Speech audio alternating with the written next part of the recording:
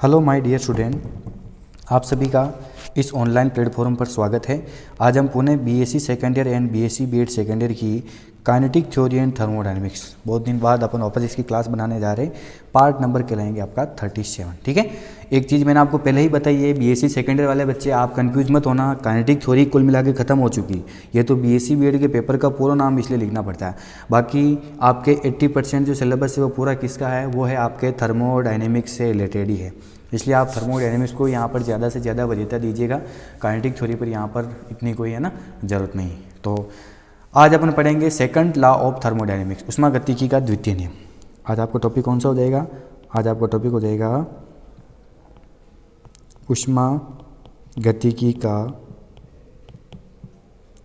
ऊष्मागतिकी का द्वितीय नियम, है ना। आज अपन ये पढ़ेंगे सेकंड लॉ ऑफ थर्मोडायनेमिक्स, है ना। Second law of thermodynamics, second law of thermodynamics.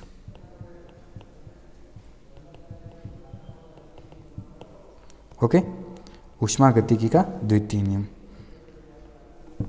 पहला नियम पढ़ लिया, शून्य नियम भी पढ़ लिया। आज अपन पढ़ेंगे सेकंड नियम और फिर एक लास्ट में तीसरा नियम भी हो रहेगा। आपके थर्मोडायनेमिक्स में 3 नियम पढ़े। तो वैसे तो इसके बहुत सारे स्टेटमेंट है, लेकिन अपन 2 ही पढ़ेंगे जो आपको एग्जाम में पूछ सकते हैं। कि अपन लिखेंगे द्वितीय नियम के अनेक कथन हैं। द्वितीय नियम के अनेक कथन हैं जिसमें से 2 कथन महत्वपूर्ण हैं, जिसमें से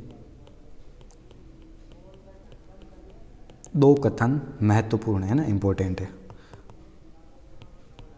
ठीक है, 2 ही कथन। आपको एग्जाम में भी कैसे क्वेश्चन पूछेगा वह भी मैं आपको बताऊंगा। नंबर फर्स्ट, केल्विन व प्लांक का कथन, है ना। केल्विन व प्लांक का कथन अपन ऐसे भी लिख सकते हैं, statement of kelvin Planck, statement of kelvin Planck, statement of kelvin Planck.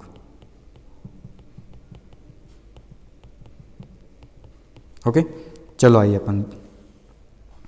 अपन पढ़ रहे हैं केल्विन और प्लांक का नियम। केल्विन और प्लांक ने क्या किया कि कुल मिलाकर वही है ना, ऊष्मा स्रोत पढ़ा ना। ये नियम पूरा डिपेंड करता है ऊष्मा इंजन।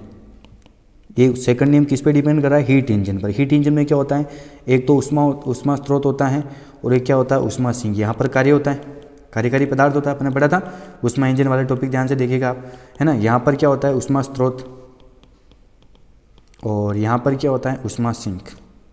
ये चीज़ें होती है।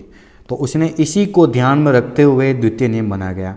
मतलब ऊष्मा स्रोत के साथ साथ सिंक का भी होना आवश्यक है ना। दोनों चीज़ें होगी तब जाके अपना पूरा सेकंड नियम, पूरा हीट इंजन जो होता है ना वो कंप्लीट होता है। तो ऊष्मा इंजन को ध्यान में रखते हुए इस डायग्राम जो मैंने आपको बता दिया था पीछे वाले पार्ट में, इनको देखते हुए सेकंड लॉ ऑफ थर्मोडायनेमिक्स बनाया गया। तो अपने को 2 ही इंपॉर्टेंट कथन है जो अपने को देखने। तो यस, चलो आइए, क्या हो जाएगा आपका सेकंड नियम कि सेकंड नियम हो जाएगा आपका, कोई भी ऐसा इंजन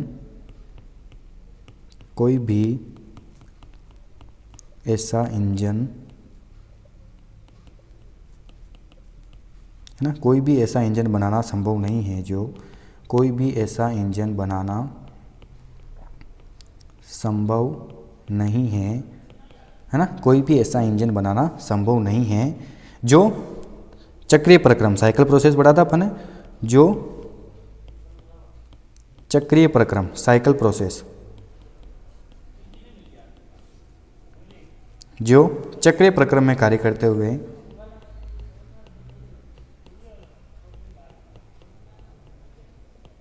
कोई भी ऐसा इंजन बनाना संभव नहीं है जो चक्रीय प्रक्रम में कार्य करते हुए केवल एक स्रोत से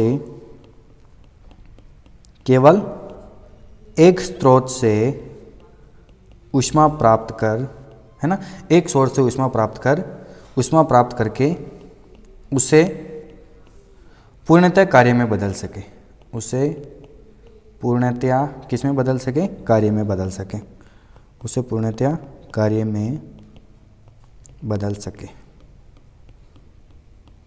ठीक, ये हो गया आपके पास।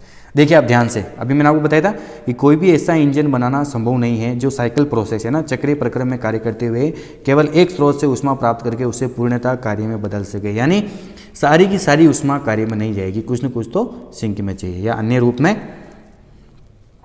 रूप में इसको अपन कैसे लिख सकते हैं इसी नियम को, अन्य रूप में, बस आपको पूरा ऐसा कैसे लिखना है एग्जाम में जो मैं लिखा रहा हूँ ना, अन्य रूप में कार्य की सतत प्राप्ति के लिए, कार्य की सतत प्राप्ति के लिए, अन्य रूप में कार्य की सतत प्राप्ति के लिए ऊष्मा स्रोत के साथ सिंक का होना भी आवश्यक है ना। कार्य की सतत प्राप्ति के लिए ऊष्मा स्रोत के साथ सिंक का होना भी आवश्यक है ना। ऊष्मा स्रोत के साथ सिंक का होना भी आवश्यक है। ठीक है, कि कार्य की सतत प्राप्ति के लिए ऊष्मा स्रोत के साथ सिंक का होना भी आवश्यक है। ये हो गया आपका केल्विन वेव प्लांक का स्टेटमेंट। आपको बीएससी सेकेंडरी वालों को या आपको बीएड वालों को आपको क्वेश्चन ऐसे भी पूछ सकते हैं एग्जाम में कि ऊष्मा गति, केल्विन वेव प्लांक का द्वितीय नियम का ऊष्मा गति का कथन दीजिए, तो आपको ये लिखना है ना। और नॉर्मल पूछे, कैसे पूछेगा जो मैं आपको बता दूंगा ना, कि कोई भी ऐसा इंजन बनाना संभव नहीं है जो चक्रीय प्रक्रम में कार्य करते हुए केवल एक स्रोत से ऊष्मा प्राप्त करके उसे पूर्णतः कार्य में बदल सके। यानी कार्य की सतत प्राप्ति के लिए ऊष्मा स्रोत के साथ सिंक का होना भी आवश्यक है। थोड़ा सा अपन डायग्राम बना के भी इसको देख लेते हैं। अपना डायग्राम ऐसे बन जाएगा कि ये आपका सोर्स हो गया है ना। डायग्राम भी आपको बनाना बिल्कुल ध्यान रखिएगा ना। ये अपना प्रोसेस हो गया, यहाँ पर क्या होगा, कार्य होगा जैसा कि अपने को पता है, और ये बाद में किसको दे देगा, ये बाद में सिंक को लौटा देगा इससे। ये संभव प्रक्रिया है ना। ये डायग्राम बनाना बहुत ज़रूरी है, आपको ध्यान रखिएगा ऐसे। ये संभव प्रक्रिया, रिवर्सिबल प्रोसेस है।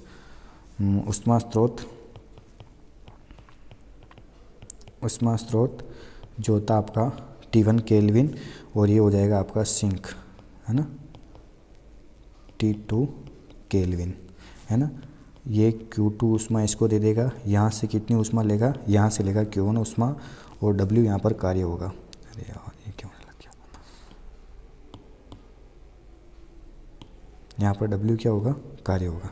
ठीक है, ये हो जाएगा आपका रिवर्सिबल प्रोसेस।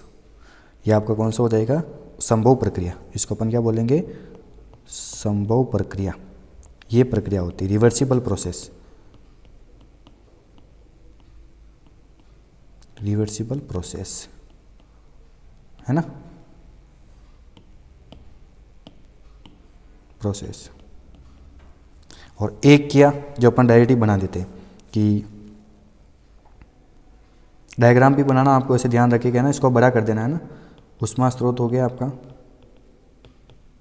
ठीक है, T1 केल्विन।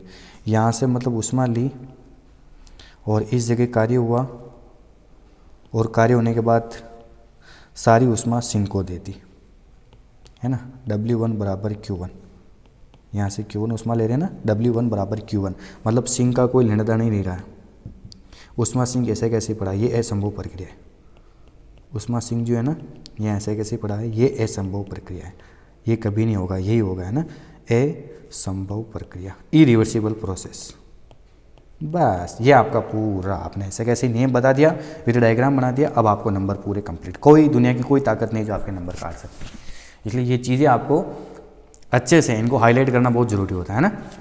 तो दो नियम पढ़ेंगे। पहला क्या था, केल्विन वेव प्लांक का कथन क्या था कि कोई भी ऐसा इंजन बनाना संभव नहीं है जो साइकिल प्रोसेस में कार्य करते हुए केवल एक स्रोत से ऊष्मा प्राप्त करके उससे पूर्णतः कार्य में बदल सके। या अन्य रूप में कार्य की सतत प्राप्ति के लिए ऊष्मा स्रोत के साथ सिंक का होना भी आवश्यक है। ठीक है, एक तो ये प्रोसेस हो गया। डायग्राम देखिएगा आप, ऊष्मा स्रोत Q1 ऊष्मा, कुछ कार्य हुआ, फिर बची हुई Q2 ऊष्मा सिंक को दे दी।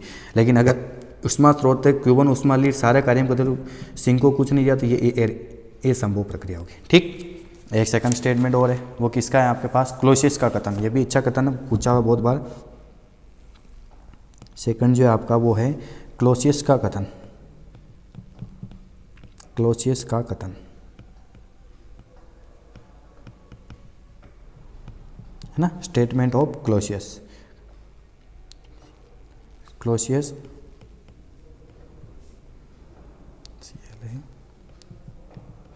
क्लोसियस स्टेटमेंट, है ना, क्लोसियस स्टेटमेंट, क्लोसियस का कथन क्या है, वो मिलता जुलता ही है, बस इन्होंने अपने अपने हिसाब से दिया कि बस उन्होंने बस चेंज कर दिया। बाकी हे नियम सारे ऊष्मा इंजन, हीट इंजन या कार्नो इंजन कहो, उनसे सारे रिलेटेड है ना। तो इसने बताया कि कोई भी ऐसी युक्ति संभव नहीं है, कोई भी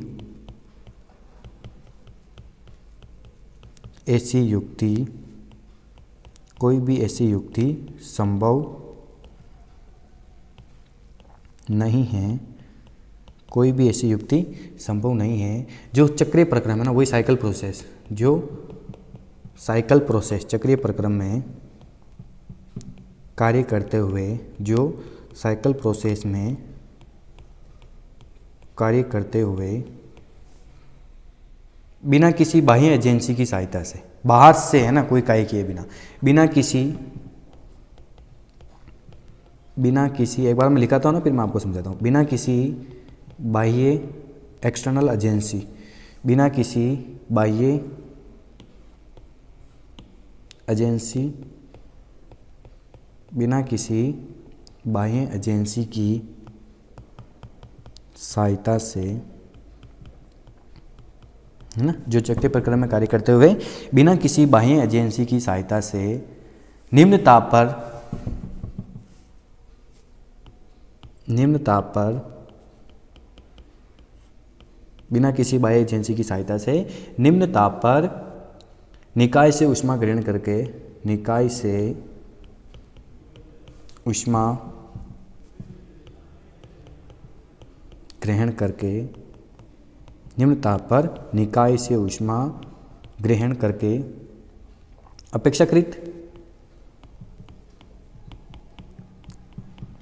अपेक्षाकृत अधिक ताप पर किसी अन्य निकाय को, अपेक्षाकृत अधिक ताप पर किसी अन्य निकाय को, अपेक्षाकृत अधिक तापमान पर किसी अन्य निकाय को ऊष्मा स्थानांतरित कर सके, अन्य निकाय को ऊष्मा स्थानांतरित कर सके। ठीक, आइए इसको अपन पढ़ते हैं। देखिए आप क्लोसियस स्टेटमेंट क्या है, मतलब पहले समझना आप इसको कि कोई भी ऐसी युक्ति संभव नहीं है जो साइकिल प्रोसेस यानी चक्रीय प्रक्रम में कार्य करते हुए बिना किसी बाह्य, मतलब कार्यकारी पदार्थ होता है ना, बाहर से अपन कार्य करते हैं, यानी बिना किसी बाह्य एजेंसी की सहायता से निम्न ताप पर, अब इसमें उल्टा कर दिया, देखो इसका डायग्राम आपका ऐसे बन सकता है, इसमें जो आपका डायग्राम बनेगा ना वो ऐसे बनेगा कि यहाँ से इस सिंक से तो ऊष्मा ग्रहण कर रहे हैं अपन Q2, है ना, फिर यहाँ पर कार्य हो रहा है, वो बाह्य एजेंसी बाहर से कार्य हो रहा है W, फिर बची हुई ऊष्मा Q1 अपन क्या करें, स्रोत को निष्कासित कर रहे हैं। ये यहाँ पर उसको उल्टा पड़ा है ना, कि निम्न ताप पर निकाय से ऊष्मा ग्रहण करके अपेक्षाकृत अधिक ताप पर किसी अन्य निकाय को स्थानांतरित करते हैं, मतलब सीधा नहीं कर सकते अपन, ऐसे सीधा आप Q2 ली और सीधी इसके अंदर भेज नहीं सकते हो, कुछ न कुछ तो बाहर कार्य हो गई होगा, बस नियम वो का वही, देखो इंजन से रिलेटेड नियम है, बस इस नियम को इन्होंने किस प्रकार सेटअप कर अलग रूप दे दिया ताकि अपन इसको ऐसे अलग अलग रूप में पढ़ सकते हैं। यस, तो चलो आइए अपन इसको और समझ सकते हैं, एक बार और अपन इसको ऐसे भी लिख सकते हैं कि और करके इसी नियम का अपन दूसरा रूप भी लिख सकते हैं कि ऊष्मा का स्वतः यानी अपने आप, है ना, ऊष्मा का स्वतः अपने आप निम्न ताप वाले निकाय से, स्वतः निम्न ताप वाले निकाय से, स्वतः निम्न ताप वाले निकाय से उच्च ताप वाले निकाय की ओर, उच्च ताप वाले निकाय की ओर, स्वतः निम्न ताप वाले निकाय से उच्च ताप वाले निकाय की ओर प्रवाह करना असंभव है, प्रवाह करना असंभव है। ठीक है, ये हो सकता है कि ऊष्मा का अपने आप निम्न ताप वाले निकाय से उच्च ताप वाले निकाय की ओर प्रवाह करना असंभव है। ठीक है, चलो आइए अपन इसका डायग्राम भी प्लॉट कर लेते हैं। ये हो जाएगा अपना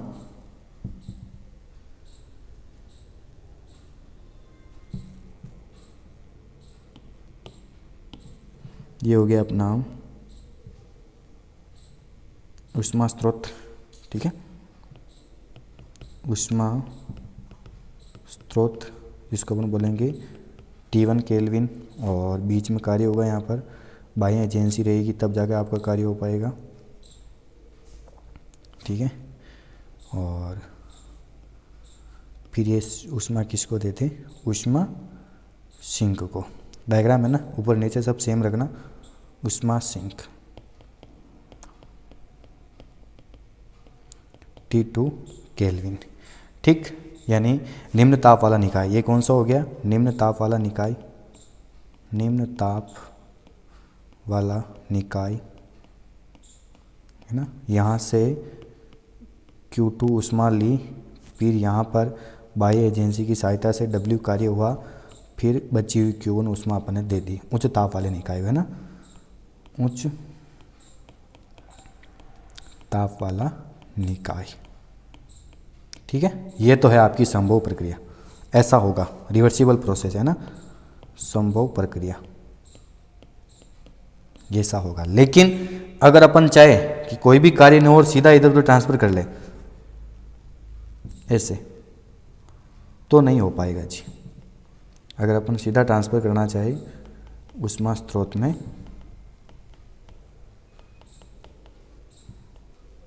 है ना, तो नहीं होगा आपका, है ना, सीधा।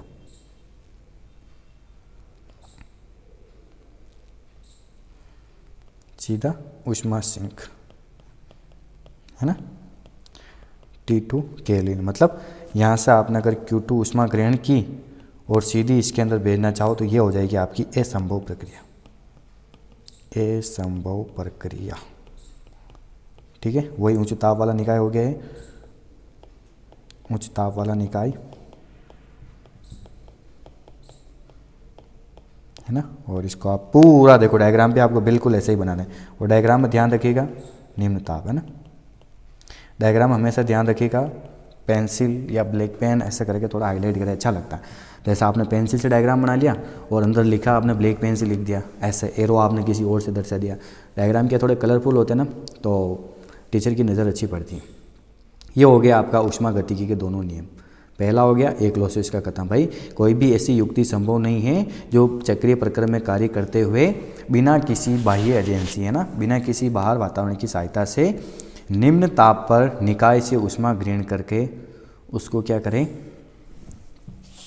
निम्न ताप पर निकाय से ऊष्मा ग्रहण करके उसको अपेक्षाकृत अधिक ताप पर किसी अन्य निकाय को ऊष्मा स्थानांतरित, बस उसको उल्टा समझाया उसने। बस तीनों चीज़ें होना जरूरी, स्रोत, कार्यकारी पदार्थ बाहर का और सिंक, तीनों होना जरूरी है ना। तो अब मैं आपको क्वेश्चन लिखा देता हूँ, द्वितीय नियम आपका कंप्लीट है। आपको क्वेश्चन कैसे पूछ सकते हैं, एक तो सीधा क्वेश्चन ऐसे पूछ सकते हैं कि ऊष्मा गतिकी के द्वितीय नियम का कथन दीजिए। ऊष्मा गतिकी के द्वितीय नियम का कथन दीजिए, द्वितीय नियम दीजिए, ठीक है। या आपको क्वेश्चन ऐसे भी पूछ सकते हैं कि ऊष्मा गतिकी के द्वितीय नियम के लिए, ऊष्मा गतिकी के द्वितीय नियम के लिए केल्विन व प्लांक का कथन दीजिए, है ना, केल्विन व प्लांक का कथन दीजिए, है ना, केल्विन व प्लांक का कथन, ऐसा पूछ सकते हैं। या एक क्वेश्चन ऐसा भी बन सकता है, कैसे कि वही चीज़ है ना, ऊष्मा गतिकी के द्वितीय नियम से क्लॉसियस का कथन, है ना, द्वितीय नियम के लिए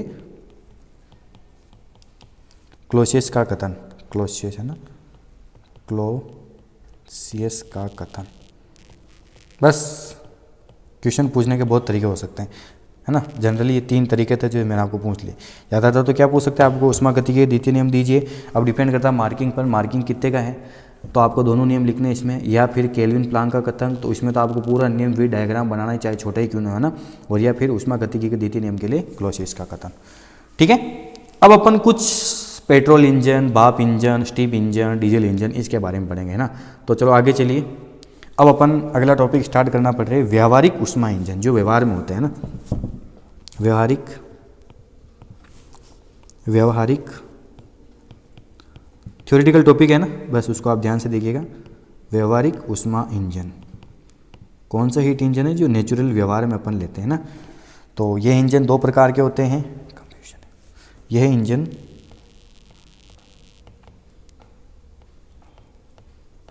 दो प्रकार के होते हैं, है ना। ये इंजन कितने प्रकार के होंगे भाई? यह इंजन हो जाएंगे आपके दो प्रकार के। नंबर एक, बाह्य दहन, जो क्या होता है बाहर से जलता है ना। नंबर एक हो गया आपका बाह्य दहन, जिसमें बाहर से जलकर अंदर की तरफ एंटर मारना है ना। बाह्य दहन इंजन, जिसको अपन बोलेंगे एक्सटर्नल कंबशन, एक्सटर्नल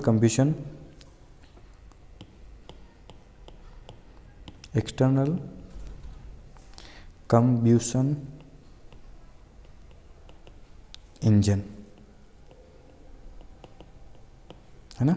इसमें अपन पढ़ेंगे बाह्य दहन इंजन क्या होता है। कुल मिलाकर ध्यान रखना, इंजन ऊष्मा इंजन ही है, वही स्रोत, सिंक और कार्यकारी पदार्थ तीनों होना जरूरी है ना। तो इस इंजन में बाह्य दहन इंजन कैसे हो जाएगा? इस इंजन में बाहर से है ना, एक्सटर्नल कंबशन है।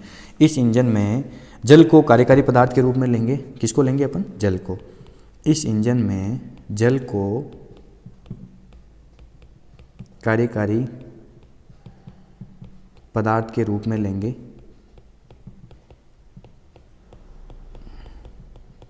है ना। इस इंजन में अपन किसको लेंगे कि इस इंजन में जल को कार्यकारी पदार्थ के रूप में लेंगे तथा जल को ऊष्मा देकर, जल को अपन क्या करेंगे? ऊष्मा देकर, तथा जल को ऊष्मा देकर भाप में परिवर्तित किया जाता है।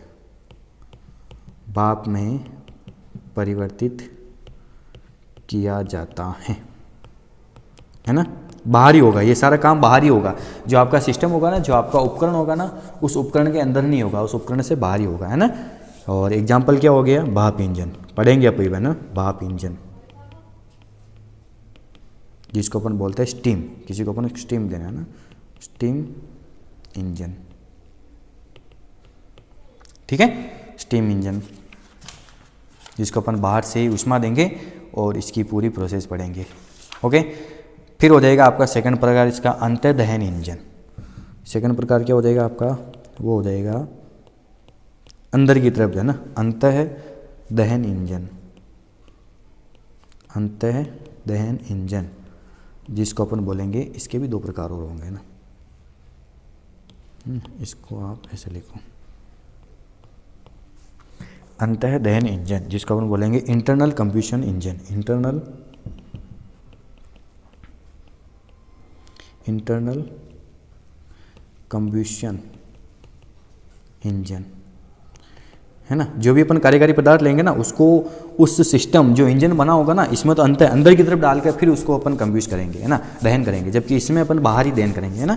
तो इस प्रकार के इंजन में क्या होता है? इस प्रकार के इंजन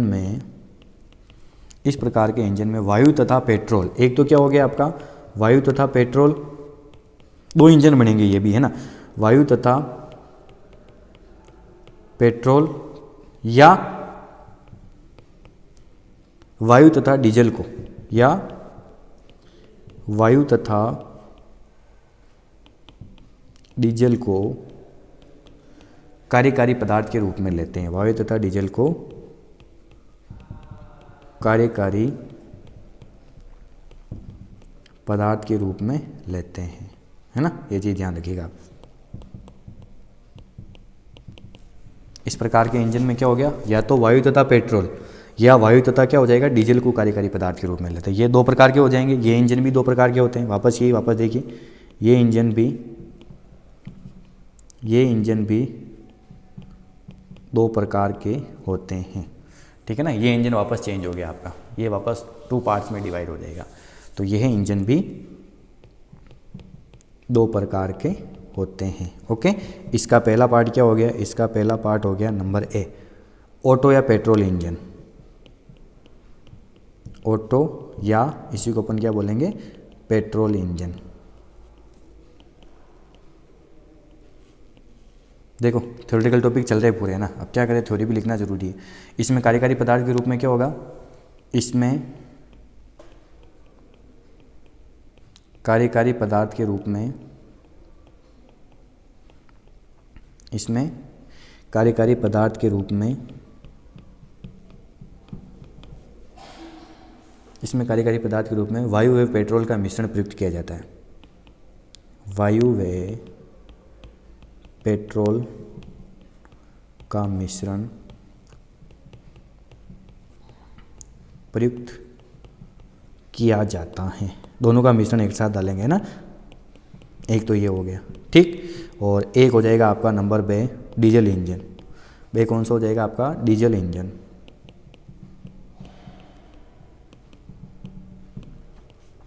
है ना, वो हो जाएगा आपका वायु व डीजल का मिश्रण, ठीक है ना, वही चीज़। इसमें कार्यकारी पदार्थ के रूप में, इसमें कार्यकारी पदार्थ के रूप में वायु व डीजल का मिश्रण प्रयुक्त किया जाता है। ओके, वायु व डीजल का मिश्रण प्रयुक्त किया जाता है। तो उम्मीद करूँगा कि आपको जो व्यवहारिक ऊष्मा इंजन होते हैं ना, वो आपको समझ में आ गया हो अच्छे से। एक बार आप वापस ध्यान से देख लीजिएगा, अपन पढ़ रहे थे व्यवहारिक ऊष्मा इंजन, है ना, व्यवहार जो नेचुरल अपन जनरली यूज लेते हैं। ये इंजन कितने प्रकार के होते हैं, दो, एक तो होता है आपका बाह्य दहन इंजन, एक क्या होता है आपका अंतर दहन इंजन। बाह्य दहन का मतलब एक्सटर्नल कंब्यूशन, जो भी अपन कार्यकारी पदार्थ डालेंगे वो बाहर से ही जला के फिर उसको डालना, दहन का मतलब जलाना। तो इस इंजन में जल लेंगे अपन, जल को कार्यकारी पदार्थ के रूप में लेंगे तथा जल को ऊष्मा देकर अपन किस में चेंज करेंगे, भाप में परिवर्तित किया जाता है। और इसी का एग्जाम्पल है स्टीम। अब ये पढ़ेंगे, अगला टॉपिक आपको ये आएगा कि भाप इंजन क्या होता है, इसका पूरा प्रोसेस कैसे होता है ना, भाप इंजन बनेंगे। फिर उसके बाद इंटरनल कंबशन इंजन। तो इस प्रकार के इंजन में क्या होगा, वायु तथा पेट्रोल या वायु तथा डीजल दो मिश्रण बनाएंगे। एक बार तो वायु तथा पेट्रोल बनेगा, एक बार वायु के साथ क्या बनेगा, डीजल को कार्यकारी पदार्थ के रूप में लेते हैं। ये इंजन भी दो प्रकार के होंगे। अब ये कौन कौन से, एक तो हो गया पेट्रोल इंजन, तो इसमें कार्यकारी पदार्थ के रूप में वायु व पेट्रोल का मिश्रण लिया जाता है। और एक आपका कौन सा हो गया, डीजल इंजन। भाई इसमें कार्यकारी पदार्थ के रूप में क्या होता है, वायु व डीजल का मिश्रण प्रयुक्त किया जाता है। ठीक है, तो अब अपन क्या करेंगे, अगला अपन जब आप अभी तो अपन एक दो इसमें न्यूमेरिकल सॉल्व कर रहे हैं, लेकिन एक चीज़ आप ध्यान रखिएगा कि जब भी अपन अगला वाला पार्ट सॉल्व करेंगे ना, तो अगला वाले पार्ट में अपन यही चीज़ देखेंगे कि ये जो हुआ चीज़ें वो किस प्रकार आई, है ना। तो अपन एक फ़िलहाल एक क्वेश्चन सॉल्व कर लेते हैं, यहाँ तक हो गया। आप चाहो तो आज के आपके अगर क्वेश्चन हो तो इसका अगर आप क्वेश्चन लिखना चाहो तो व्यवहारिक ऊष्मा इंजन के बारे में समझाइए, व्यवहारिक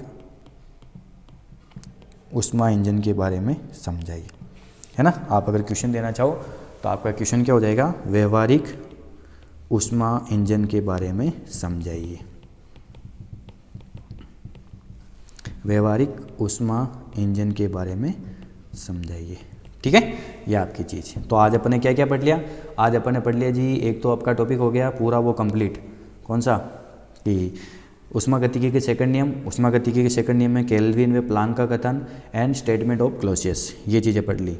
और एक आपका हो गया ये कि व्यवहारिक ऊष्मा इंजन क्या होते हैं, दो प्रकार के होते हैं, एक्सटर्नल कंब्यूशन इंजन और इंटरनल कंब्यूशन इंजन, बाह्य दहन और अंतर्दहन। बाह्य दहन में भाप इंजन जिसको अपन पढ़ेंगे, और अंतर्दहन में डीजल इंजन और पेट्रोल इंजन। ठीक है, ये चीज़ हो गई। तो अब एक मैं आपको क्वेश्चन लिखा रहा हूँ कि देखिएगा, अच्छा क्वेश्चन ये भी एक कारणों, क्योंकि इस क्वेश्चन बहुत पूछता है आपको इस टाइप के, एक कारणों इंजन की दक्षता, है ना, आपको एक कारणों इंजन दे रखा, उसकी दक्षता है 50%। एक कारणों इंजन की दक्षता कितनी दे रखी है आपको, 50% है। उसके सिंक का ताप 60 डिग्री सेल्सियस है, उसके सिंक का ताप कितना है, 7 डिग्री सेल्सियस है ना। एक कारणों इंजन की दक्षता 50% है, उसके सिंक का ताप 7 डिग्री सेल्सियस है। तो इसके स्रोत के ताप को कितना बढ़ाया जाए, तो इसके स्रोत के ताप को इसके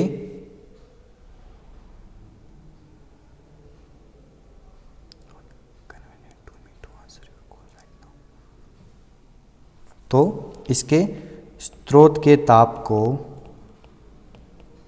कितना बढ़ाया जाए, इसके स्रोत के ताप को कितना बढ़ाया जाए कि दक्षता कितनी हो जाए, 70% हो जाए, कि उसकी दक्षता इफिशियंसी होती ना वो कितनी हो जाए, 70% हो जाए। अच्छा क्वेश्चन है, देखो माइंड लगाइए आप। क्वेश्चन क्या दे रखा आपको कि एक कार्नो इंजन की दक्षता वो आपको कितनी दे रखी है कि 50% है, और इसके सिंक का ताप आपको क्या दे रखा है, सिंक का ताप दे रखा है आपको 7 डिग्री सेल्सियस, है ना। तो इसके स्रोत के ताप को कितना बढ़ाया जाए। अब अपन को इसका स्रोत का ताप बढ़ाना है, तो सबसे पहले अपन इसका स्रोत का तापमान कैसे निकालते हैं, अपन वो निकालते हैं, है ना। फिर उसके बाद अपना क्वेश्चन इजी में सोल्व हो जाएगा, तो है ना। तो सबसे पहले सॉल्यूशन देखिए आपको T2 दे रखा है ना, T2 आपको कितना दे रखा है, 7 डिग्री सेल्सियस, या 7 + 2 7 3, तो कितना हो गया 280 केल्विन, ये होगा। अब आपको फर्स्ट वाला प्रोसेस जो है ना, फर्स्ट वाला प्रोसेस वो आपको करना है। तो अपने पास फॉर्मूला होता है, जैसा कि आपको पता है, नीटा बराबर 1 - T2/T1, ये था फॉर्मूला। नीटा बराबर क्या होता है, 1 - T2/T1, या आप इसको लिखना चाहो तो आप इसको ऐसे भी लिख सकते हो, नीटा बराबर T1 - T2/T1, है ना, ऐसा भी लिख सकते हैं। या आपको है ना ऐसे नहीं लिखना तो अपन इसको यहाँ से भी सीधा चेंज कर सकते हैं। कैसे, यहाँ से अगर आपको फॉर्मूला बनाना चाहो तो आपका बन जाएगा, इसको इधर भेज दो आप, है ना, T2/T1 बराबर 1 - नीटा, है ना, T2/T1 बराबर 1 - नीटा। तो यहाँ से आपके पास जो T1 आए ना, वो T1 हो गया आपके पास T2/1 - नीटा, ठीक है। T2 कितना हो गया, 1 - नीटा। अब आपको पता है यहाँ पर स्टार्टिंग में दक्षता कितनी है, आपको स्टार्टिंग में दक्षता दे रही है आपको, यस, स्टार्टिंग में दक्षता आपको दे रही है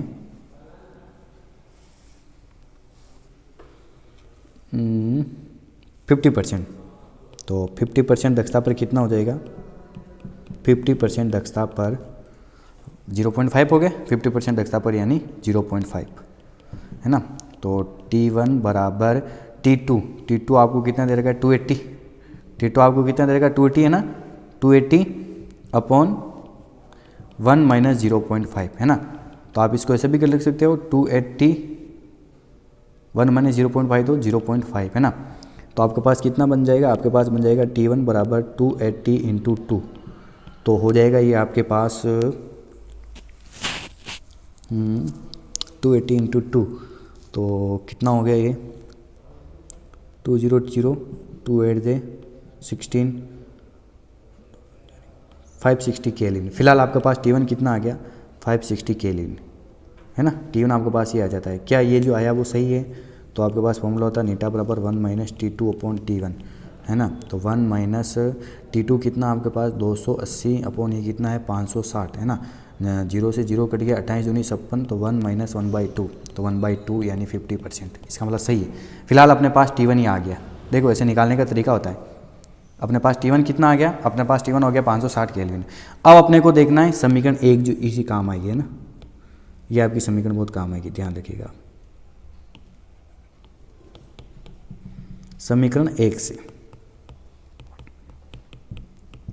समीकरण 1 क्या है, T1, समीकरण 1 क्या है आपकी कि T1 बराबर T2/1 - नीटा, यही है। T1 बराबर T2/1 - नीटा। अब प्रश्नानुसार दक्षता कितनी कर रहे हैं अपन, 70%। प्रश्नानुसार दक्षता 70% पर, है ना, यानी 0.7, इसका मतलब ये हो गया। जब आप 0.7 करोगे तो आपके पास कितना हो जाएगा, यहाँ से T1 बराबर T2 वही 280, T2 में कोई चेंजेस नहीं, 280/1 - 0.7, है ना। तो इसका मतलब कितना हो जाएगा आपके पास 280/0.3, 280/0. कितना हो गया 3, है ना। तो आप चाहो तो इसको ऐसे सोल्व कर सकते हो कि T1 बराबर 2800/3। तो T1 हो जाएगा आपके पास 3 7 21 3 8 24 3 8 जे 3 9 27 एक बच्चा 3 933 केल्विन है ना। T1 आपके पास लगभग कितना हो जाएगा, थोड़ा सही नहीं आ रहा यार, कहाँ पर दिक्कत है। दक्षता 70%, आपको दक्षता कितनी करनी है 70%। तो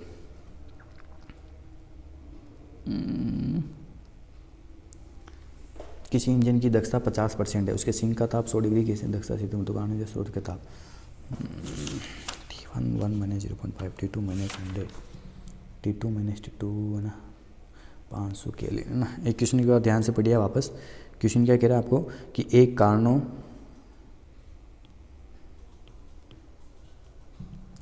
इंजन की दक्षता कितनी है, आपको 50% है। उसके सिंक का ताप 60 डिग्री सेल्सियस है। उसके सिंक का ताप कितना है 60 डिग्री सेल्सियस सिंक का दे रखा आपको है ना। तो 7 + 273 कितना हो जाएगा 280 केल्विन। तो इसके स्रोत के ताप को कितना बढ़ाया जाए। अब अपन क्या करें, सिर्फ और सिर्फ किसका टेम्परेचर बढ़ा रहे हैं, सोर्स का टेम्परेचर बढ़ाना है कि स्रोत के ताप को कितना बढ़ाया जाए कि उसकी दक्षता कितनी हो जाए, उसकी दक्षता 70% हो जाए है ना। तो अपने को T1 निकालना कितना इंक्रीज करे। तो सबसे पहले 50% दक्षता पर स्रोत का ताप कितना होता है वो अपन ने निकाल लिया। तो आइए T2 आपको कितना दे रखा है, T2 आपको दे रखा है 7 डिग्री सेल्सियस लिखा हुआ सामने है ना। T2 आपको कितना दे रखा है 7 डिग्री सेल्सियस अपन ने लिखा। तो 7 + 273 केल्विन में बदला, तो 7 में प्लस कर दिया तो आपके पास कितना हो गया 280 केल्विन, जैसा कि अपन जानते हैं। फिर उसके बाद आप देखिए, आपको पता है फॉर्मूला होता है नीटा बराबर 1 - T2/T1। नीटा का फॉर्मूला क्या होता है 1 - T2/T1। तो यहाँ से मैंने अगर T2/T1 निकालूँ तो 1 - नीटा इधर चला गया, और यहाँ से अगर मेरे को T1 चाहिए तो आपको पता है T1 बराबर क्या हो जाएगा T2/1 - नीटा। ये हो गया है ना, फॉर्मूला चेंज हो गया। इधर उधर आपको ट्रांसफर करना आता है, सभी बच्चों को, इंटेलिजेंट हो आप। फिर अपन ने देखा कि 50% दक्षता पर 50% दक्षता पर यानी 0.5 हो गया। तो T1 बराबर 280/1 - 0.5। तो 280/0.5 या यूँ कहे तो 0.5 का मतलब ही क्या है, 0.5 का मतलब ही 1/2 है ना। तो 282 बराबर 560 केल्विन। इसका मतलब जब निकाय की दक्षता 50% हो तब स्रोत का ताप कितना हो जाएगा 560 केल्विन होगा। लेकिन अब आपका क्वेश्चन क्या पूछ रहा है अपन उसको भी देख लेते हैं कि अब अपने को क्या करना है कि स्रोत के ताप को कितना इंक्रीज किया जाएगी, उसकी इफिशियंसी कितनी हो जाए 70% हो जाए। अब देखो आपका क्वेश्चन वापस यहाँ से घुमा है ना। तो सिर्फ स्रोत का ताप बढ़ाना है तो अपन इसको ऐसा भी कर सकते हैं कि एक बार वापस देखते हैं इसको अपन है ना। प्रश्नानुसार दक्षता 70% पर, तो 70% पर क्या हो जाएगा आपको पता है वही फॉर्मूला T1 बराबर T2/1 - नीटा है ना। तो T1 बराबर T2/1 - 0.7। 70% का मतलब क्या हो गया 0.7 है ना। 0.7 आप चाहो तो 1 में से 0.7 चला गया तो आपके पास कितना हो जाएगा वापस कि T1 बराबर T2/0.3।